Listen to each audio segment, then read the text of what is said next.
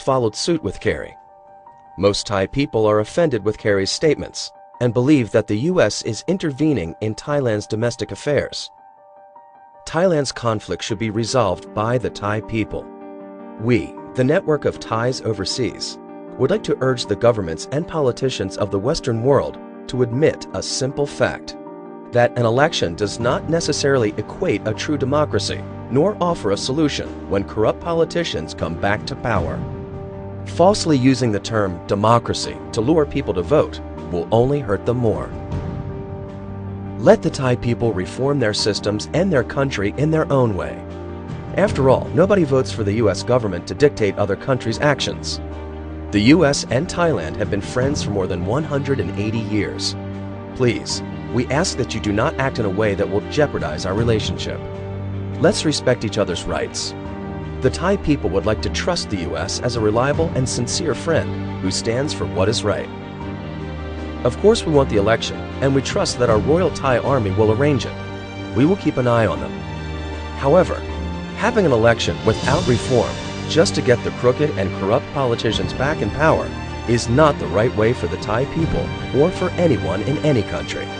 Mr. Secretary, we will end this video with a piece from an interview in which John Perkins, your former economic hitman, confesses to the world what the U.S. government has done to other countries without the knowledge of the American people who indirectly share the responsibility, and there is nothing democratic about it.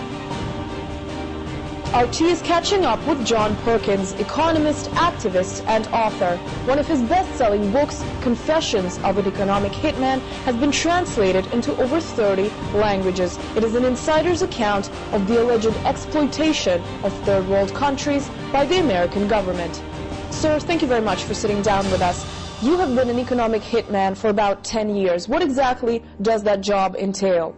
We economic hitmen have created the world's first truly global empire. And it's the first empire in history that's been created primarily without the military, through economics.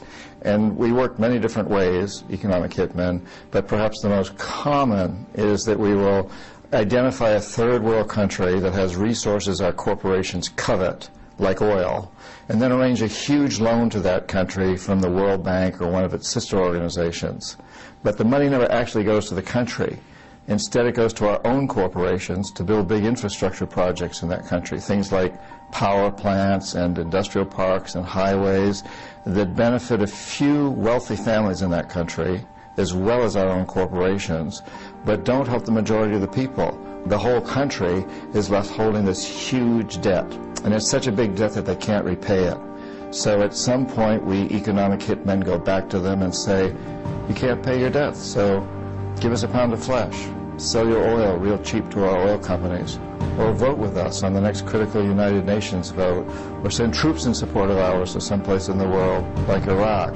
When we fail, then what we call the jackals step in, and these are people who will overthrow governments or assassinate their leaders. And on the very few occasions when both the economic hitmen and the jackals fail, as we both did in Iraq, then and only then does the military step in. And it's pretty secret, because most people in the United States don't realize that they're reaping the benefits from this empire. They don't realize about the exploitation of resources and environments and people and sweatshops and so on all over the world that are the result of this. I think it's fair to say that this process is a huge threat to democracy, and if the majority of the people who vote in the country don't understand this most basic principle of our foreign policy, then we're not informed. And if we're not informed, it's hard to say that we're voting truly democratically, which I think is a big concern. Mr. Secretary, please do not manipulate the situation or the truth about Thailand.